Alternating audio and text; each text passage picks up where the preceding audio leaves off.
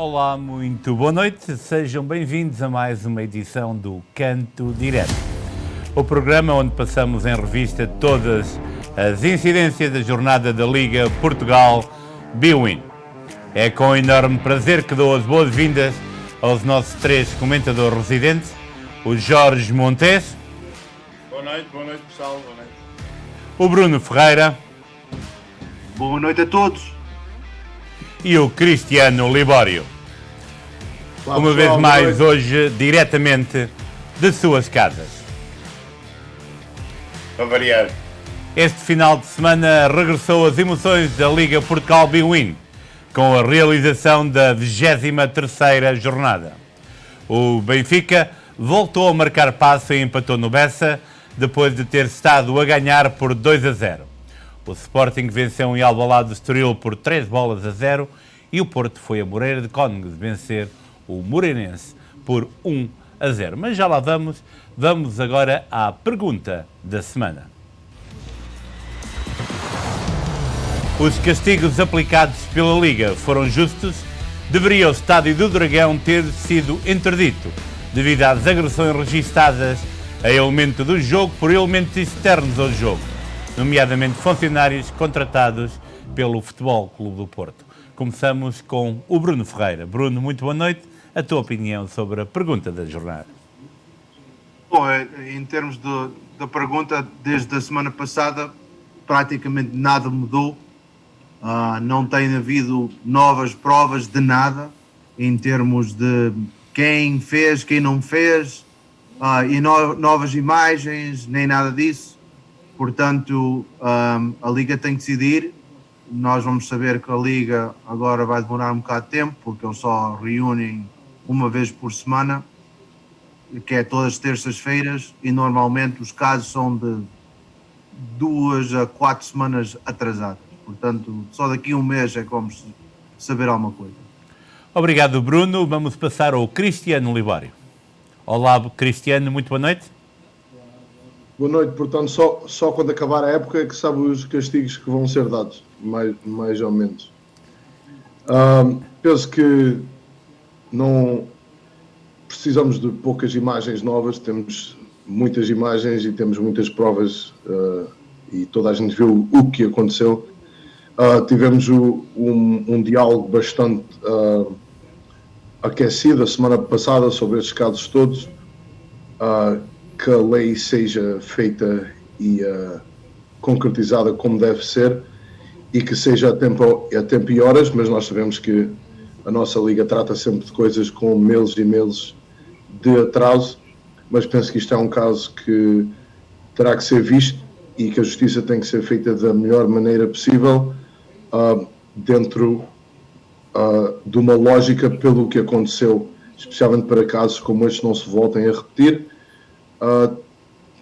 Tem que se fazer disto um exemplo, obviamente, dentro de uma certa lógica.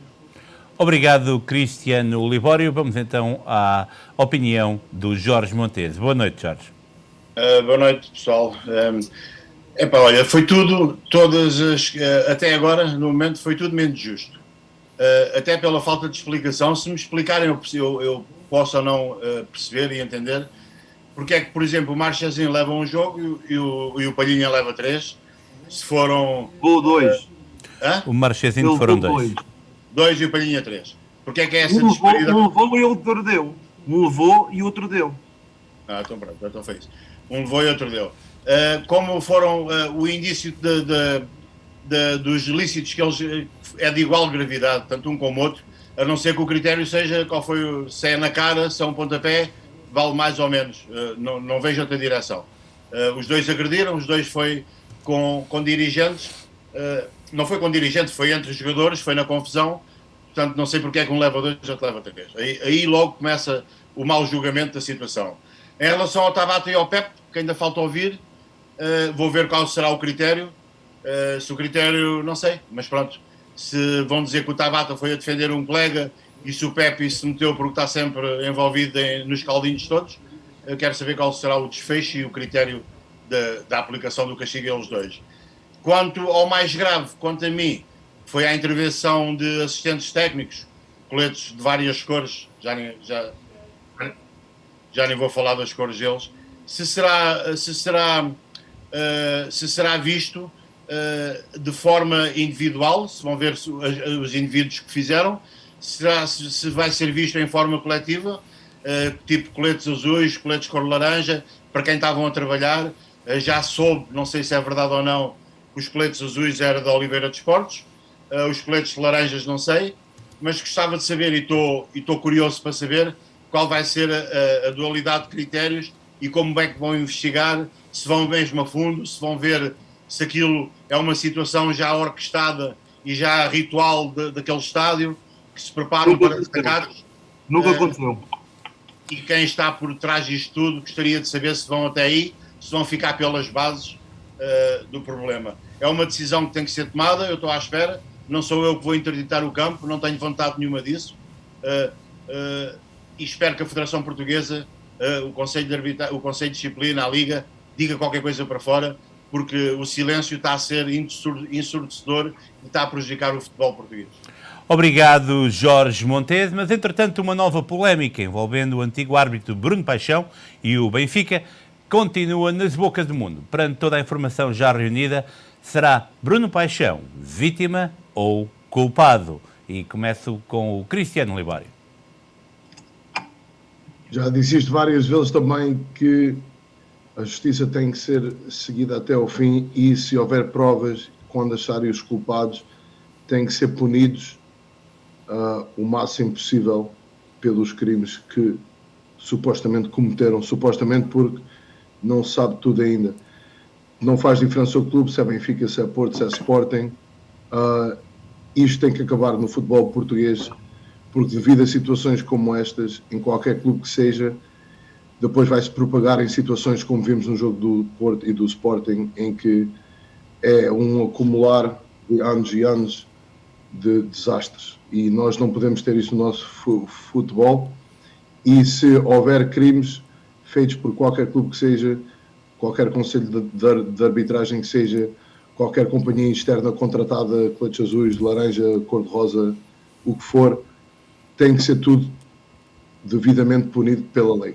E eu fico por aqui, quando souber o que aconteceu, que sejam punidos a tempo e horas.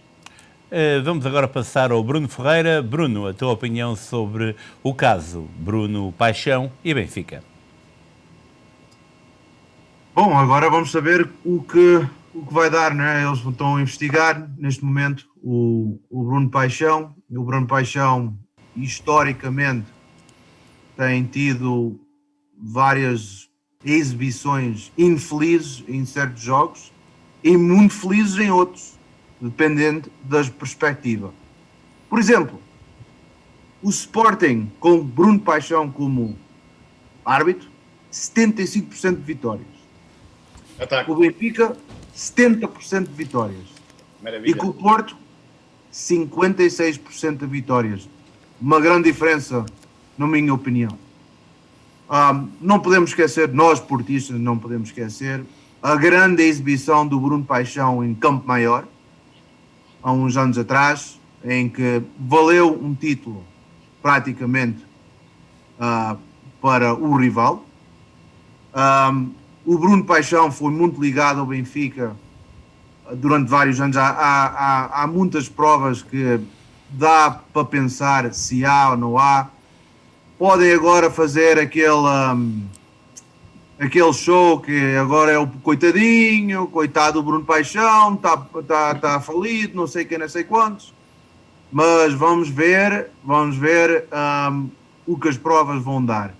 Uma coisa é certa, o Bruno Paixão foi o árbitro na inauguração do Estádio da Luz, não podemos esquecer. O Bruno Paixão tem várias coisas que estão neste momento ligadas ao Benfica e agora temos que deixar a Polícia Judiciária fazer o seu trabalho e esperamos que venha com alguma coisa. Obrigado, Bruno Ferreira. Vamos agora ao Jorge Montes. O Bruno Ferreira...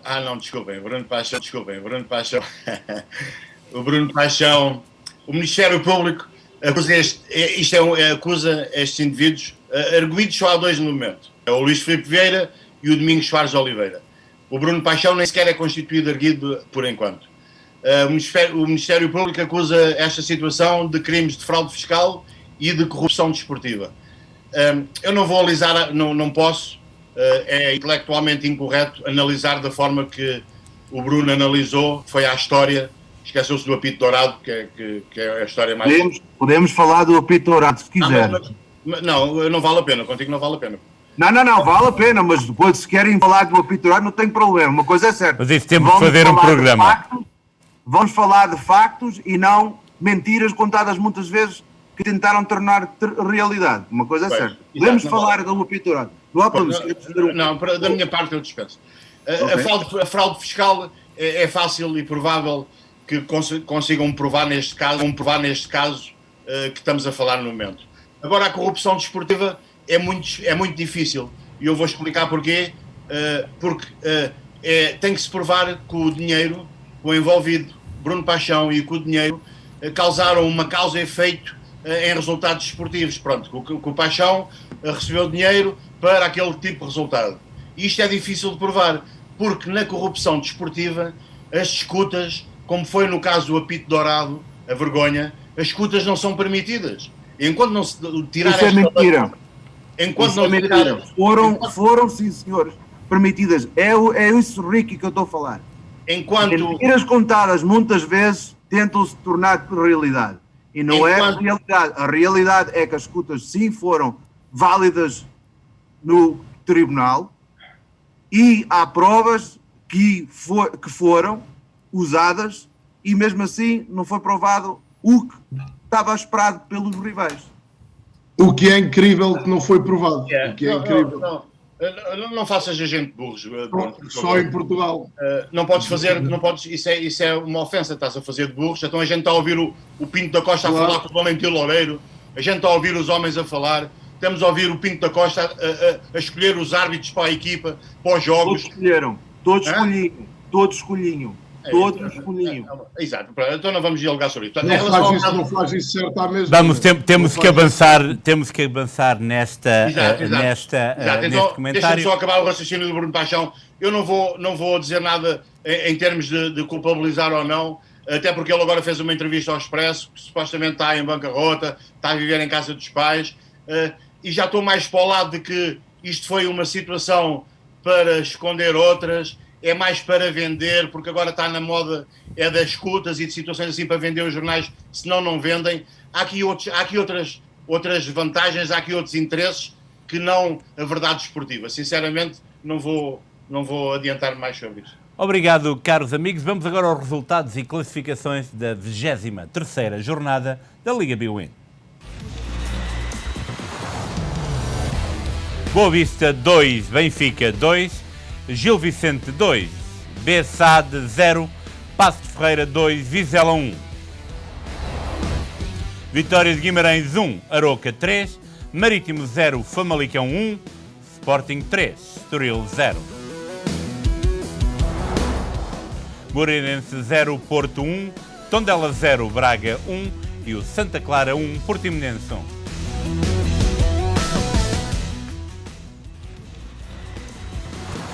Na classificação, o Futebol Clube Porto é mais primeiro, 63 pontos. O Sporting, segundo, com 57. O Benfica volta a atrasar-se, é terceiro com 51 e o Braga quarto com 44. No fundo da tabela, o Bessade com 15 pontos, Moreirense com 19, Tondela com 20 e o Aroca com 21.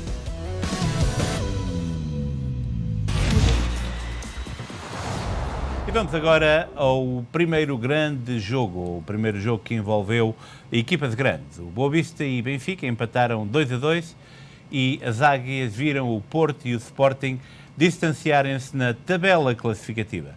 Foi uma primeira parte forte do Benfica, com golos de Tarab e Grimaldo. Contudo, as Águias começaram a pensar no jogo europeu frente ao Ajax e viram-se surpreendidas por um Boa Vista totalmente revigorado na segunda parte. Sauer ao leme, as Panteras marcaram por Makota e pelo próprio Sauer, que foi eleito o homem do jogo. vamos diretamente ao Cristiano Libório. Cristiano, este jogo no Bessa foi um balde de água fria. Nelson Veríssimo colocou mesmo o lugar à disposição. Como é que viste esta exibição do Benfica, principalmente na segunda parte?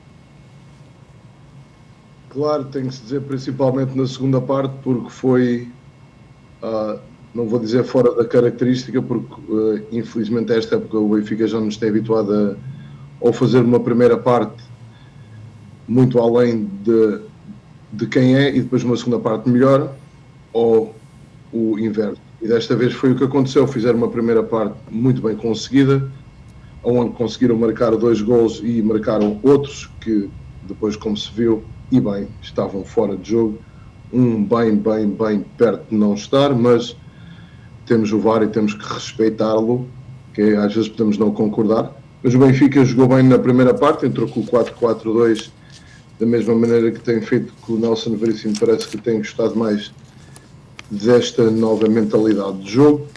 Resultou, jogaram, chega à segunda parte, substituições são feitas e os gols acontecem logo após as substituições.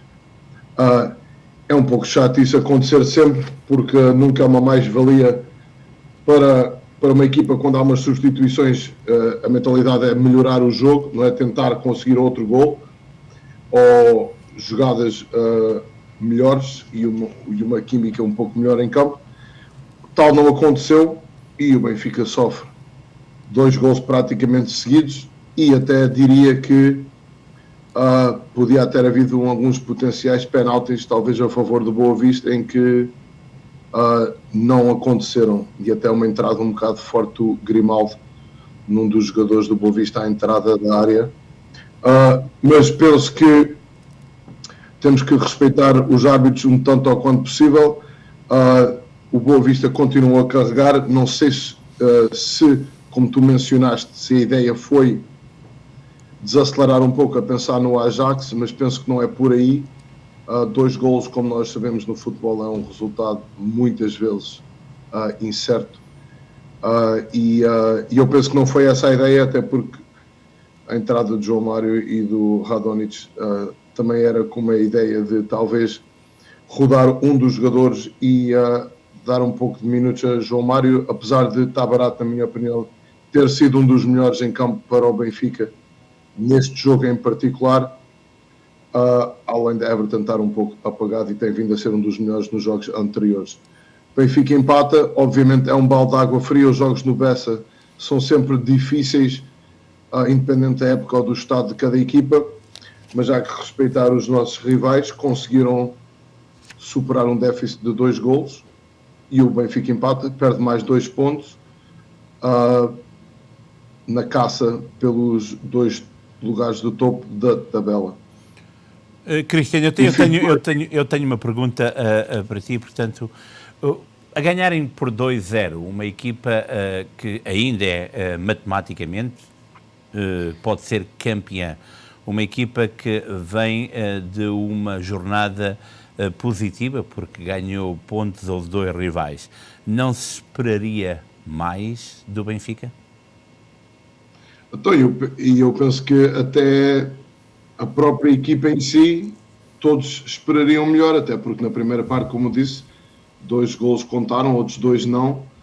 Se calhar não está fora de jogo, seriam 4 golos. Se a minha avó também não morresse, em 2 era viva, como nós sabemos. Mas eu penso que a ideia não foi desacelerar. Penso que o Boa Vista começou a ganhar mais motivação naqueles últimos minutos, especialmente depois de conseguirem marcar o golo aos 74, pensou que foi 72, foi no princípio dos minutos 70. O Sauer estava a ter um jogo excelente, além do Tabarat estava a ser o outro melhor em campo, e penso que até o Sauer foi eleito melhor em campo pelo jogo, mas em vários sites foi dado ao Tabarat também. E o Boa Vista marcou, ameaçou e teve outras várias oportunidades. Penso que aqui o grande erro do Benfica foi não defender à frente. A linha de ataque tem que ser a primeira defesa. E naqueles últimos 15 minutos, 15 minutos, isso não estava a acontecer. E eu até diria, em vez das faltas serem feitas no meio campo do adversário, as faltas estavam a ser feitas no nosso meio campo. e isso não ajuda, só proporciona mais cartões. O Nelson Veríssimo pôs o lugar à disposição, penso que ele não precisa de fazer isso, porque duvido muito que ele fique treinador, até porque já há vários rumores, e como nós já sabíamos, não é muito normal um treinador vir de uma equipa B e ficar para mais uma segunda época. Já aconteceu no Benfica, como nós sabemos, mas não é uma coisa que aconteça com muita normalidade. Eu colocar o lugar à disposição, penso que o lugar dele está à disposição. Obrigado, Cristiano Libório. Vamos agora ao Jorge Monteiro. Jorge, como é que viste esta atuação do Benfica frente ao Boa Vista no estádio do Bessa? Ricky, vi um bom Benfica na primeira parte, melhor que recentemente tem mostrado, com boa qualidade de bola, intenso. O resultado à primeira parte estava 2-0, na minha opinião poderia se estender a 3 ou 4 naturalmente. Mas depois foram para o balneário. Na segunda parte parece que o Benfica ficou no balneário, não veio. Falta de garra, nenhum pressing. O Boa Vista foi naturalmente melhor equipa, foi para cima do Benfica, jogadas perigosas, jogou melhor que o Benfica, estava com mais garra, mais intensidade, a recuperar bolas, com vontade de recuperar o resultado, e o Benfica ameno, pacato.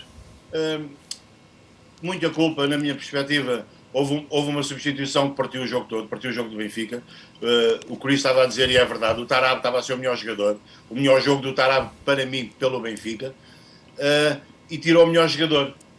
Num meio campo que já de si é fraco, na recuperação de bola, na recuperação à perda de bola, na intensidade de jogo, o Benfica não tem...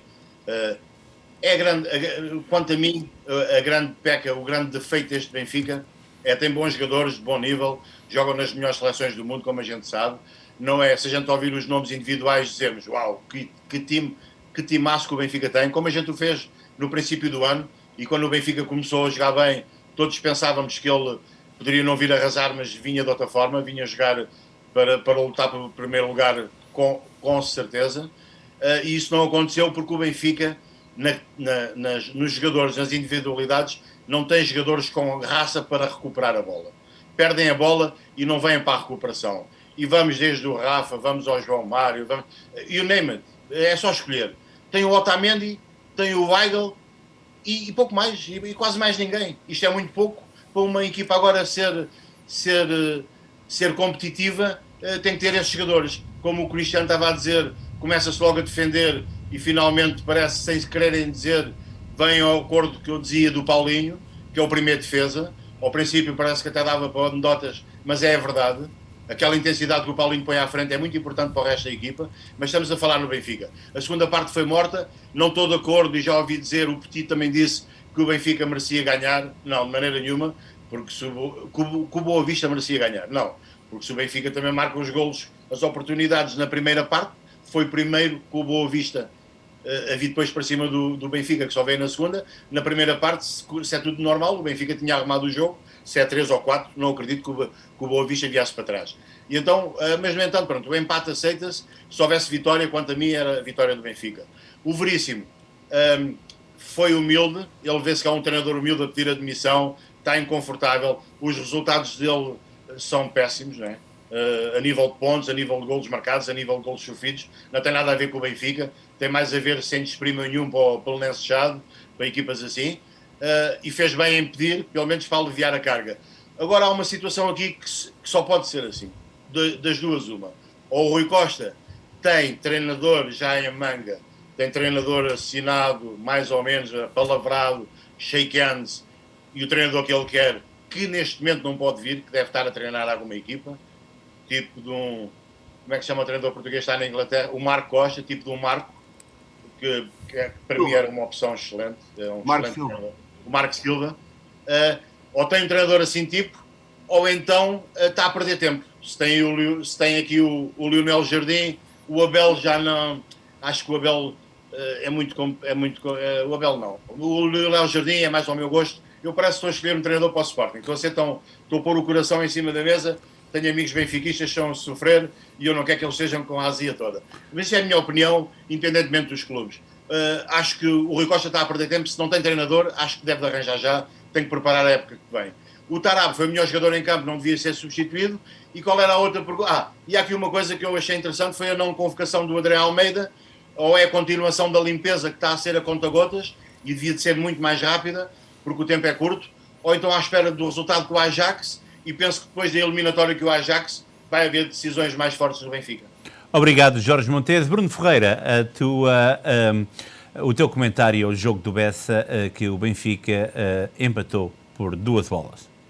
Bom, em termos de jogo, eu acho que os meus dois colegas falaram muito bem na análise. O Benfica foi muito superior na primeira parte, podia ter arrumado com o jogo, não conseguiu. E o velho ditado no futebol é: quem não marca sofre. O Benfica teve várias chances de arrumar com o jogo, não conseguiu. Deixaram o Boa Vista reentrar no jogo na segunda parte. Na segunda parte o Boa Vista teve uma reação quando se perde 2-0 e conseguiu empatar. Sobre os lances, o Cristiano falou, o Grimaldo e o outro jogador, já não me recordo quem é, eu acho que é o Ramacho, não é? O Cristiano podia ir para a rua. Deviam ter ido para a rua. No VAR, estava no VAR. Houve, parece, um penalti também que podia ser assinalado a favor do Boa Vista, mas mesmo assim o Benfica merece, ou merecia um bocadinho mais da primeira parte. Da segunda parte já não conseguiu, e se calhar o resultado é justo. Dominas na primeira parte, ficares a dormir na segunda, só podes empatar. Sobre uma limpeza do balneário e o que o Jorge estava a falar, se calhar o Benfica já tem um treinador para o próximo ano. Segundo dizem, parece que o próximo treinador do Benfica não está muito longe de onde situa o Estádio da Luz. Eu não estou a falar que está dentro do Estádio da Luz, mas se calhar está no outro lado da segunda circular. Segundo dizem, em Felgueiras, a semana passada, ele assinou um contrato de 3 anos. Segundo dizem... Estás a falar de Ruben Amorim? Vou falar do Ruben Amorim. Vamos ver se isso realmente é verdade ou mentira. Mas, segundo dizem, em Felgueiras, a semana passada, ele assinou um contrato de 3 anos. Vamos aguardar. Se é outro treinador, porque também se fala do Abel, também se fala deste e daquele, vamos ver. Eu acho que o Jorge falou bem, parece que o afastamento do André Almeida parece que é já uma coisa anunciada há muito tempo, só que não conseguiram arrumar com ele na janela de transferências. Vamos ver. E pouco mais. Agora é assim, o Veríssimo pôs o lugar à disposição. Vamos ver o que é que o Rui Costa reage. Obrigado, Bruno Ferreira. E aqui está uma das bombas que iremos continuar a desenvolver. Diz o Bruno Ferreira que Ruben Amorim poderá ser o próximo treinador do Sport Lisboa e Benfica. Marquem nos vossos calendários o dia de hoje, porque se é verdade, o bruxo está afinal para o lado não do Dragão, porque o Bruno vive por aqui em New Jersey, mas é uma opinião. O Sporting venceu o Estoril por 3-0, uma vitória que custou no início, mas que acabou em festa. Uma primeira parte em que os canarinhos fecharam muito bem o espaço, saiu de pés de Pote aos 40 minutos, o primeiro gol do encontro. Pote, Pedro Gonçalves, aproveitou um erro de Dani Figueira e voltou a marcar depois de quase um mês. Na etapa final, Raul Silva foi expulso aos 64 minutos, após uma violenta entrada em Porro. Com menos um, o Estoril encolheu-se e o Sporting assumiu outra postura. Mateus Reis foi eleito o homem do jogo, marcou o segundo após uma assistência de Paulinho. Sarabia fechou o marcador com um golaço de fora da área. Vamos começar pelo Jorge Montes. Jorge, como é que viste esta exibição do Sporting frente ao Estoril? É sempre...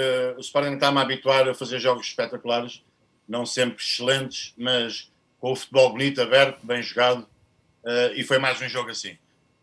O Sporting jogou sem o Coates, sem o Palhinha, sem os Gais, sem o Tabata, mas pronto, não impediu que entrasse pressionante, competitivo, a pressionar alto, a obrigar ao erro do Estoril. O Paulinho fez um trabalho incansável na pressão à primeira linha do Estoril, mas o Sporting teve sempre grande dificuldade em entrar na área e não é de estranhar que o Estoril já ia quase com 400 minutos, 300 e qualquer coisa minutos, sem sofrer um golo. Portanto, isto não é de obra do acaso, é de bom trabalho, bons treinos, bom trabalho defensivo, e o Sporting estava com dificuldade. Dada essa dificuldade, começaram inteligentemente a optar por remates de longe, e foi exatamente nessa situação que houve o primeiro golo. Um remate de longe do Sarabia, o guarda-redes defendeu para a frente e o Pote oportunamente estava lá e marcou o primeiro golo e desbloqueou. A gente todos sabemos que quando se marca um golo obriga a desbloquear, obriga as outras equipas a desbloquearem a capacidade defensiva e a abrirem mais o jogo, a subirem, e então ficam mais sujeitos o resultado a avolumar ou até a empatarem. Mas o Sporting na segunda parte continuou forte, mandão, a pressionar, jogadas lindas, bonitas de futebol, quem aprecia futebol, e nós sportinguistas que estamos mais atentos, se calhar, que os outros adeptos dos outros clubes, serão da minha opinião, que o Sporting está a jogar bem, vou dizer outra vez, sem problema nenhum. Joguei muitos anos de futebol, sei muito disto, muitos anos a virar frango. O Sporting está a jogar o melhor futebol da Liga Portuguesa, mais bonito. E o Porto está a ser mais eficaz e merece estar em primeiro lugar, e tem 50 vitórias, não é obra do acaso também. Isto não está em questão. Só estou a falar agora na qualidade, na boniteza do futebol, para o meu gosto. O Sporting está 5 estrelas.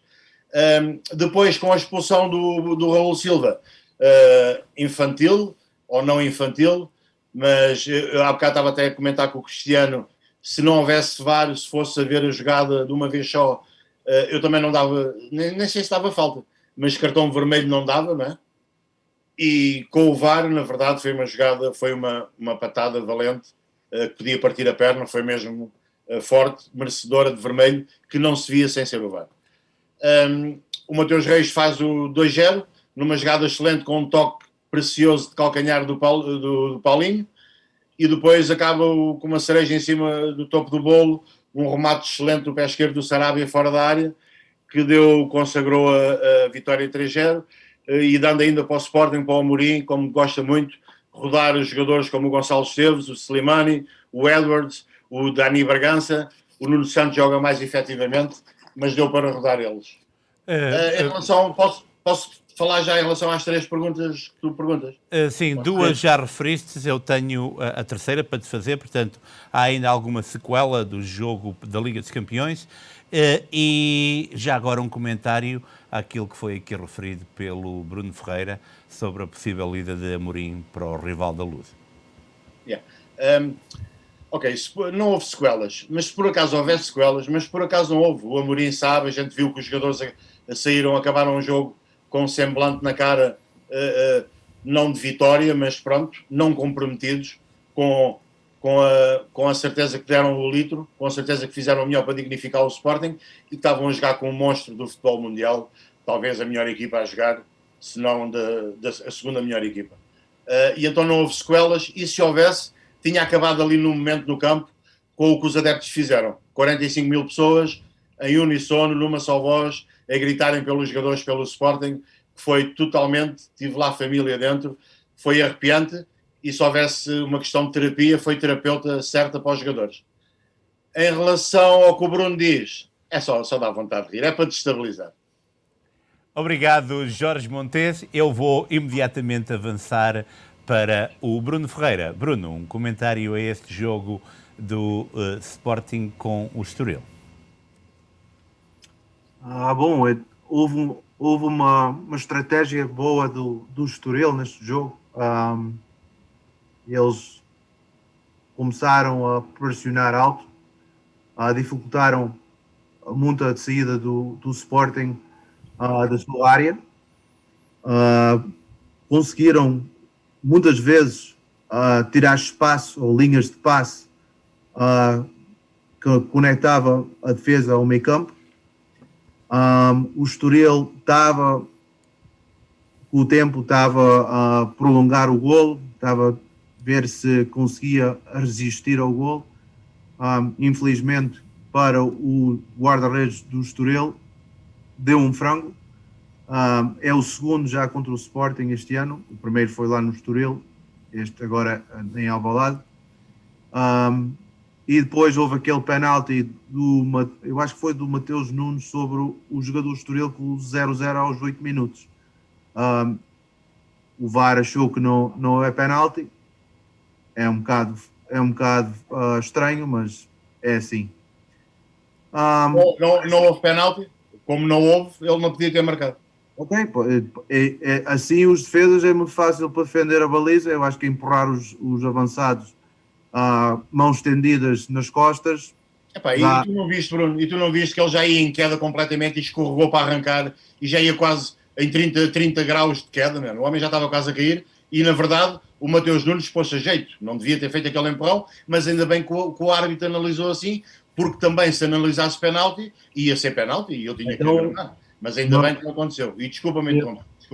Não, estás bem. Eu só espero que uses o mesmo critério aqui uns minutos.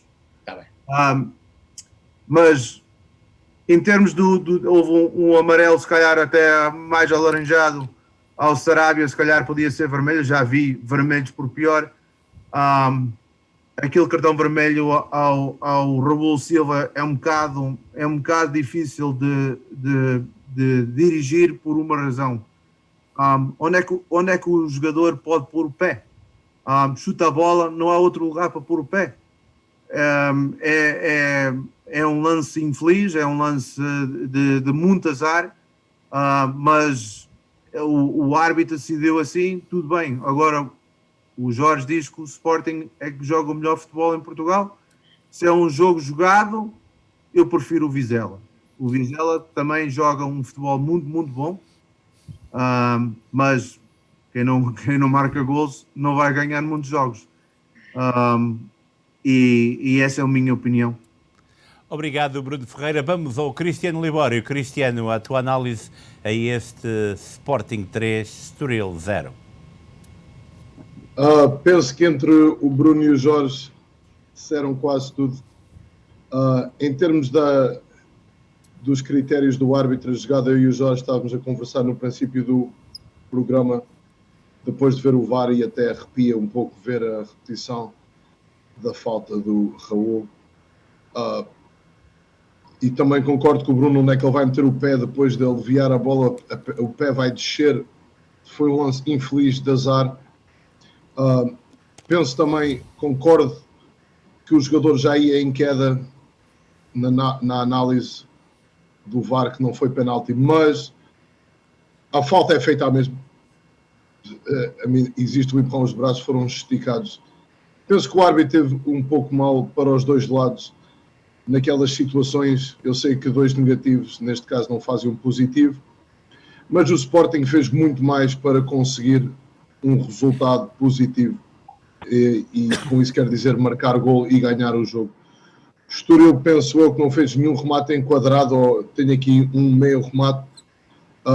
Não fizeram nada para marcar, para ganhar, tentaram frustrar a equipa, e penso que quando se joga assim é um pouco chato e às vezes resulta, não é? Às vezes o clube que está a tentar marcar não consegue.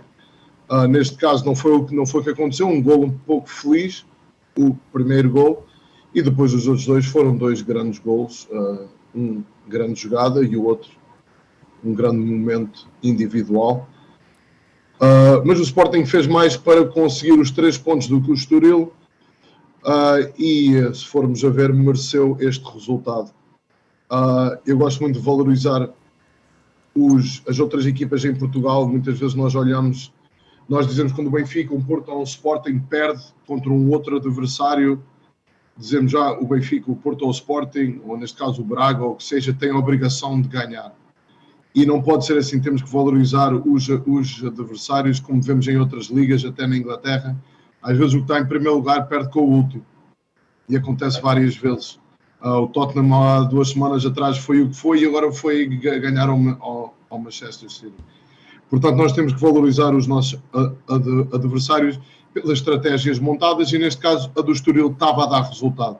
Momento de infelicidade, o Sporting usou aquele momento para fazer o seu jogo e conseguiram o resultado e 3 pontos. Mas o árbitro teve um pouco chato para ambos os lados, na minha opinião. Obrigado, Cristiano Libório. Você aí em casa fique por aí, já voltamos depois de um breve espaço comercial com a análise ao Moreirense Futebol Clube do Porto e também a antevisão do Benfica Ajax. Nós voltamos já. Se pretende comprar ou vender a sua casa, conte com a experiência de uma das maiores e mais bem direcionadas empresas da real estate de New Jersey. A Sky Realty oferece-lhe o acompanhamento na compra ou venda da sua casa até à sua completa satisfação. Sky Realty oferece-lhe conhecimento, honestidade, rigor e profissionalismo. Sky Realty. Conosco, o sonho é infinito.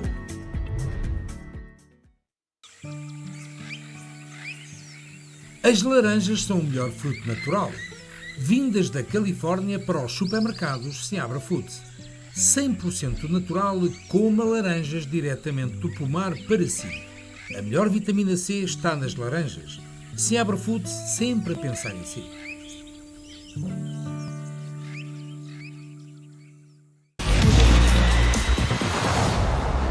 O Clube do Porto venceu em Moreira de Cónegos por 1-0.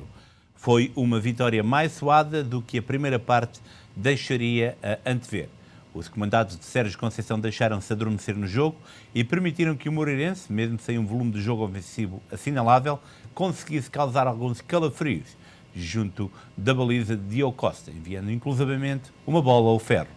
Já com os intervenientes todos no relvado, Sá Pinto acabou expulso, juntamente com Diamantino, treinador adjunto do Futebol Clube do Porto, com quem se envolveu numa acesa discussão.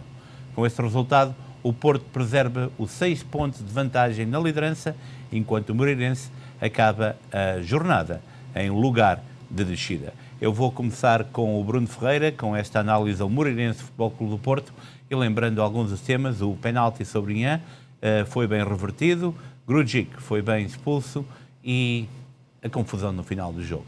Porquê? Bom, vou falar primeiro do jogo. Primeira parte muito boa do Futebol Clube do Porto. Trocamos muito bem a bola, criamos várias oportunidades de golo. O Moreirense optou por fechar o espaço, tentou defender com 11 atrás da bola, tem o seu direito e sair em contra-ataque. Não tiveram muita sorte em termos de contra-ataques, tiveram 1 ou 2 oportunidades de rápidos contra-ataques em que encontraram o Porto embalado para a frente e com pouco pessoal a defender. E houve um penalti, houve um possível penalti sobre o Ivan Nilsson, que já vi marcado, mas eu acho que se não assinalou também fico, eu aceito. O Fábio Vieira falhou um grande lance de bola parada em que o Vitinha se tentou assistir e ele estou ao lado. O Ivan Nilsson falhou um contra um com o guarda-redes e depois uma grande arrancada do Taremi no primeiro golo e o único golo do jogo. Foi uma grande arrancada, sim senhor. Foi uma jogada muito bem e como as leis mandam, passar a bola para cima da área e está lá o ponta de lança à espera. Se houve penalti ou não a favor do Moreirense, número 1, eu acho que as repetições se viram com os olhos de ver. O Cardoso foi tocado, ganha posição sobre o Mateus. Infelizmente para o Mateus dá um toque sem querer no pé de apoio do Cardoso que força a queda. Depois, é ou não é dentro da grande área? Eu ainda não vi uma imagem sequer em que podemos dizer se é ou não é dentro da grande área. É muito difícil de ajuizar. E claro, se houvesse penalti, tinha que o Uribe levar o segundo amarelo. Mas não foi o caso, porque o Cardoso foi... cometeram falta em cima do Cardoso, não podia. Na segunda parte, grande defesa do Pazinato, num centro do Otávio, um remate de primeira do Taremi. Depois, se calhar, outro possível penalti sobre o Fábio Vieira. O Fábio Vieira chega à bola primeiro e depois leva com os braços do Pazinato em cima da cabeça. Já vi penaltis marcados numa situação muito similar. Por exemplo, o Famalicão e o Sporting no ano passado, em que valeu pontos. O Marco Gruitch, 2 faltas, 2 amarelos, expulsão. O Steven Vitória teve uma entrada assassina sobre o Ivan Nilsson, e o Padre Godinho, nada visto, nem VAR. E por fim, aquele remate ao poste no livre direto, na segunda falta do Marco, e para acabar, uma grande defesa do Diogo Costa, em termos de, essa é uma defesa que pode valer um título. Vamos saber, vamos ter que refletir no fim da época e ver se realmente valeu ou não valeu um título. Sobre a confusão no fim do jogo, eu acho que as imagens falam por si. Acho que o Sapinto chegou-se e encostou-se lá com o Diamantino e depois houve aquela confusão desnecessária. E eu acho que é a minha análise do jogo. Eu não sei se tivesse outra pergunta qualquer. Sim, a expulsão do jogador do Futebol Clube Porto, o Grujic. 2 faltas, 2 amarelos. O primeiro, o segundo é falta. Ele é uma jogada em ataque e sem querer ou com querer, ou seja como for, é falta, é cartão. Agora o primeiro é um bocado, para mim é um bocado soft, mas isso é a minha opinião. Jorge Montes, a tua análise a este Moreirense Futebol Clube do Porto, e acredito que não estás muito de acordo com o Bruno Ferreira. Não, nem por isso. Estou de acordo que o Porto entrou bem, dominou, jogou também sempre em pressing, com garra, como também tem habituado. É do ADN do Porto, dá um litro em todos os minutos, todos os segundos. Teve sempre em cima do jogo, com a hipótese de marcar, não o fez, só o fez aos 40 minutos numa recuperação de bola. O Moreirense estava a atacar, a bola é roubada pelo Taremi e, como o Bruno disse, arrancou a grande velocidade para o corredor esquerdo fora e assistiu o Evan Nilsson para encostar para o golo, um golo bonito e feito e que mostra o importante que é recuperar bolas e virar-se logo para a baliza adversária. E aos 40 minutos o Porto estava a ganhar 1-0 com toda a justiça, bem, até poderia ser 2, mas estava 1-0, estava justo. A partir desse momento até ao final da primeira parte, nos últimos 10 minutos 7, 8 minutos, portanto faltava 5 minutos, mas depois o árbitro deu 3 ou 4, nesse resto de primeira parte o Moreirense cresceu e quase que empatava. Na situação do penalti que o árbitro apitou e depois o VAR reverteu, completamente de acordo, não há nada a dizer, já não vou para o penalti, que na minha vê-se bem nas câmaras que já é dentro da área. O jogador do Porto poderia ter sido expulso, mas isso é consequências que só aconteceriam se não houvesse o VAR e se não houvesse justiça na falta que foi sem intenção. Qualquer dos 3 jogadores, 2 do Porto e o do Moreirense, estavam completamente a olhar para a bola para seguir a jogada. Era uma jogada bonita, excelente, mas aquela falta foi como a unha tocou no pé de apoio do Cardoso, mas foi o suficiente para o desequilibrar e, independentemente dele ir ou não para a jogada, ficou fora da jogada e tem que ser marcada a falta ali e tem que se esquecer o resto todo. Portanto, o VAR teve bem a reverter o penalti, na minha opinião. Na segunda parte foi um Porto mais fraco, muito por culpa deste miúdo que na verdade está a levar o Porto para cima, está a levar o Porto ao colo, entre parênteses, que é o Vitinha, que está a jogar muito futebol, ficou menos ativo na segunda parte e o Porto sentiu. O Moreirense cresceu, criou dificuldades ao Porto, mas sempre o jogo controlado da parte do Porto, poderia também ter feito mais um golo em jogadas de perigo. Não o fez, acabou em aflição, acabou com um livre direto à barra, À barra, sim. Bem marcado, excelente, bem marcado, a bola com um efeito especial. Poderia ter dado gol, não deu, é assim o futebol. E depois, a acabar, o Diogo Costa faz uma grande defesa quando o Derek Lacerda vem isolado e poderia ter feito o gol.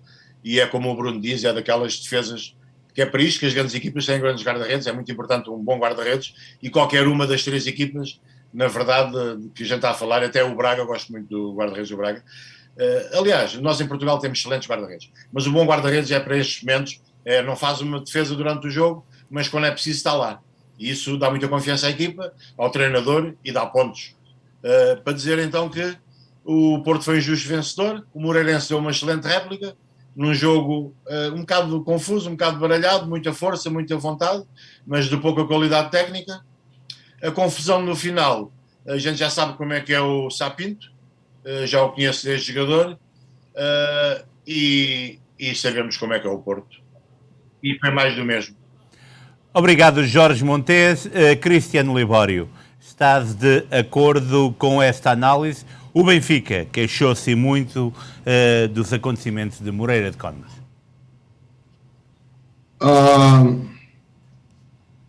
Eu gosto de ver o futebol pelos jogos em si, apesar de apoiar o Benfica como sempre. A minha cor no futebol é o vermelho.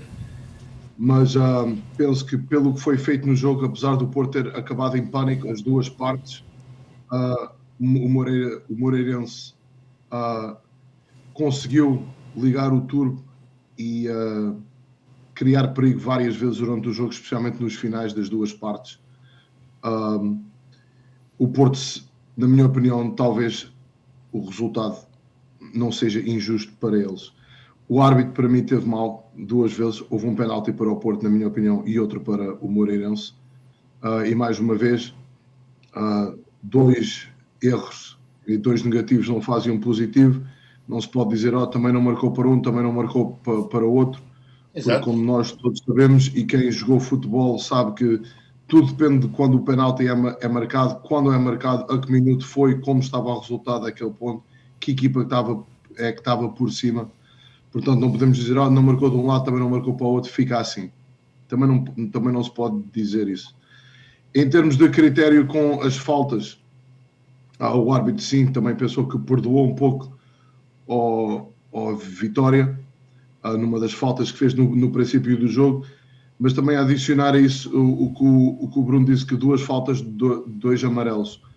Se são faltas para amarelos, têm que ser dados. Neste caso, penso que talvez um fosse um pouco mais forçado que o outro. Os árbitros geralmente tendem a não perdoar muito os jogadores que entram como em substituição. Se há que perdoar, geralmente é nos princípios dos jogos, perdoam aos que começaram, aos titulares. Os que entram já nunca têm esse perdão, e o árbitro aqui entendeu pelo seu critério que as 2 faltas seriam para amarelos.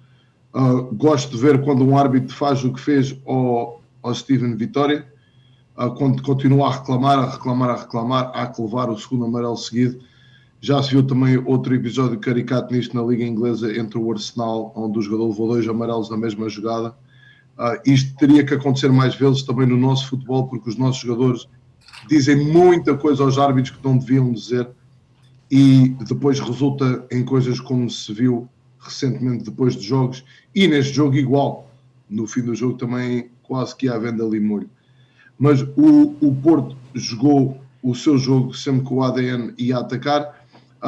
O meio campo desceu um pouco, ou não conseguiu voltar a fazer o que fizeram na primeira parte, e na segunda parte houve ali momentos em que o Moreirense poderia ter feito diferente, mas o Costa saiu em grande defesa. Porto tremeu um pouco, como eu disse, no fim das 2 partes, um grande livre. A barra, que não conta, não é, como remata a baliza. O Moreirense, em teoria, só fez um remate em quadrado também. O Porto conseguiu segurar o jogo no meio campo do Moreirense pela maioria do jogo, e vê-se nas estatísticas que conseguiram fazer isso. Mas, mais uma vez, tal como no jogo do Sporting Estoril, houve ali questões em termos de VAR. Se o VAR estava no bar no jogo do Benfica, como o Bruno costuma dizer, aqui, para estes 2 jogos, o VAR veio do bar e não estava a ver bem. Estava a ver duplo e as linhas estavam um bocado grossas.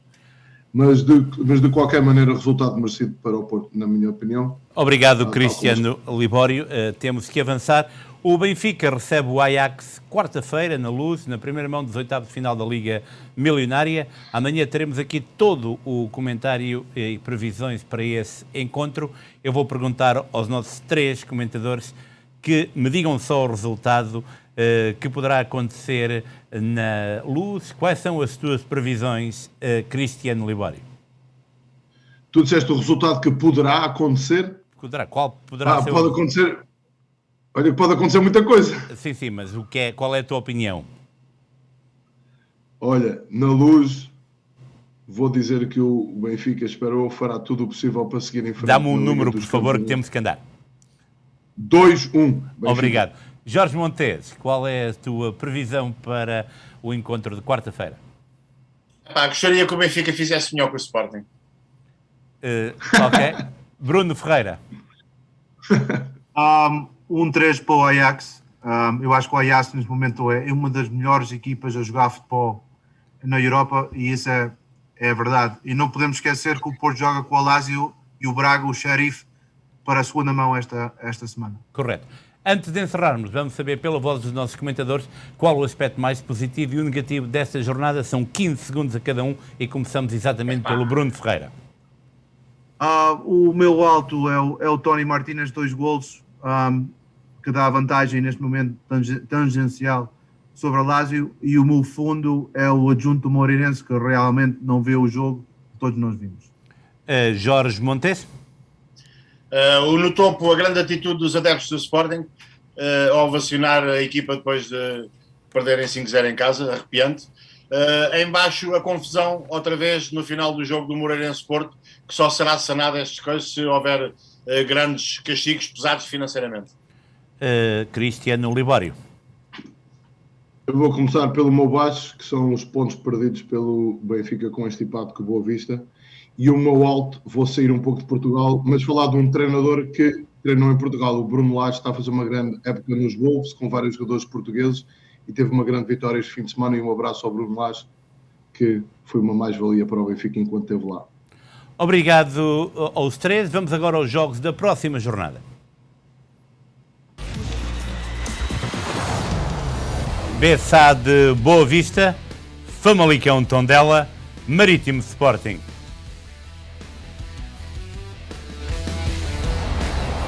Aroca Moreirense, Vizela Portimonense, Benfica Vitória de Guimarães.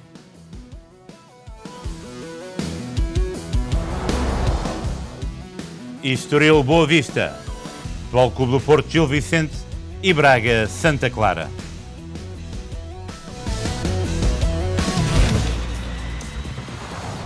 E vamos agora à pergunta da jornada. Nelson Veríssimo colocou o lugar à disposição. A SAD mantém a confiança no treinador. É esta a melhor opção para o Benfica, de modo a que a próxima época seja planeada efetivamente. Já sabe que pode enviar-nos a sua opinião através do nosso e-mail em cantodireto@spttvchannel.com ou então através do Facebook em SPT Television Channel. Caros comentadores, vemo-nos na próxima semana. É sempre um prazer tê-los aqui na vossa companhia. Vamos começar com as despedidas com o Cristiano Libório. Boa noite, pessoal. Bom fim de semana, boa semana de trabalho e vemo-nos para a semana. E a todos os benfiquistas, vamos apoiar o glorioso contra o Ajax. Vamos lá, pessoal. Bruno Ferreira. A todos uma boa noite. Eu espero que lá os asiados aqui do nosso chat, se não acompanham no nosso chat, eu espero que eu possa vir cá a próxima semana e dizer que o Porto foi o único clube português, mais uma vez, a ganhar e pontuar para Portugal. Obrigado, Bruno Ferreira. E agora o Jorge Montes. Boa noite, telespectadores, a todos. Obrigado por nos ouvirem. Paciência. É os nossos comentários, o mais neutro possível. E vai daqui também um abraço para o Paredes, para a esposa e para a filha, que fez uma grande campanha a defender as redes de Portugal, em Portugal, na seleção. Obrigado, Jorge Montes. Obrigado, Bruno Ferreira. Obrigado, Cristiano Libório. E também obrigado você em casa pela vossa presença. Nós voltaremos na próxima semana.